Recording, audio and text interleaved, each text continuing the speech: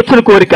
కానీ స్వతహాగా ఒక మనుష్యుడు, ఒక విశ్వాసి లేదా ఒక సేవకుడు దేవుని సన్నిధానంలో ఎవరిష్టాలను కోరుకుంటూ ఉన్నారు?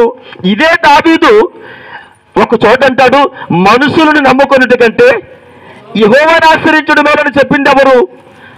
అమ్మా, రాజులను నమ్ముకున్నట్టు కంటే యెహోవాను ఆశ్రయించుడు మేలని చెప్పింది ఎవరు? ఇదే దావీదు.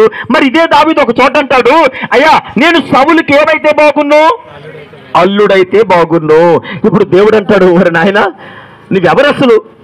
ఎక్కడో అడవిలో గొర్రెలు కాసుకునేటువంటి వాడువు కదా, నిన్ను తీసుకొచ్చి నేనేమో ఇశ్రాయేలు ప్రజల మీద రాజుగా కూర్చోబెట్టాలనుకుంటే నువ్వేం కావాలనుకుంటూ ఉన్నావు? అల్లుడు అవ్వాలనుకున్నాడు. దేవుడు అన్నాడు, సరే నీ కోరిక నేను ఎందుకు కాదనాలా అని గొలియాదుని చంపిన తర్వాత మేకాలను తీసుకొచ్చి వివాహం చేశారు. వివాహమైన తర్వాత దావీదు ఏ ప్రాంతంలో నివసించాడు? కోటలో ఉన్నాడా, అడవిలో ఉన్నాడా? చెప్పాలి. వివాహమైన తర్వాత మేకాలను దావీదుకిచ్చి వివాహం చేసిన తర్వాత అంతఃపురంలో ఉన్నాడా, అరణ్యములో ఉన్నాడా?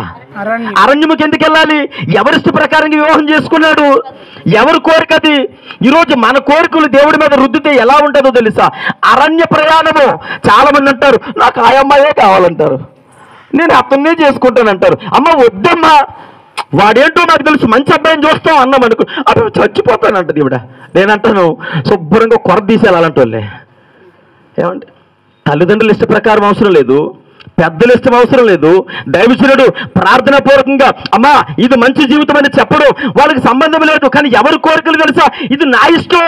ఏమండి జీవితాంతం కలిసి జీవించేవారు అండి. పాస్టర్ గారి ఇష్టమే ఉంది ఇందులో. ఏమండి పాస్టర్ గారు లేదా తల్లిదండ్రుల ఇష్టమే ఉంది. మేము కదా జీవితాంతం కలిసి ఉండేవారమే, మీరే. కానీ ఆ జీవితం ఎలాంటిదో తెలుసా? అరణ్య రోదన.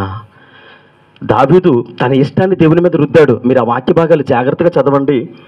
తనంతట తనే నేను రాజుకు అల్లుడైతే బాగున్ను. ఇది మనుషుడి కోరిక.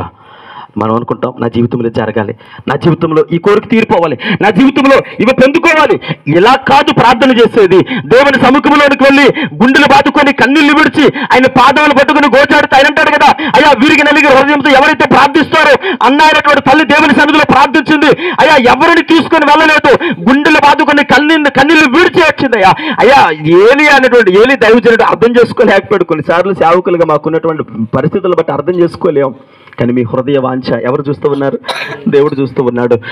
అయ్యా ఏలి అన్నాడు, అమ్మా పొద్దున్నే తాగేసి వచ్చావా అంటే, లేదయ్యా నలిగిన హృదయంతో రోదనతో కన్నీళ్లు విడుస్తూ ఉన్నాను. నా వ్యాధిని ఏంటో నా దేవుడికి తెలుసయ్యా. నన్ను చూసి ఎంతమంది నవ్వుతూ ఉన్నారు, నన్ను చూసి ఎంతమంది ఎగతాళి చేస్తూ ఉన్నారు. అయ్యా నన్ను చూసి ఎంతమంది అయ్యా నా మీద ఎన్ని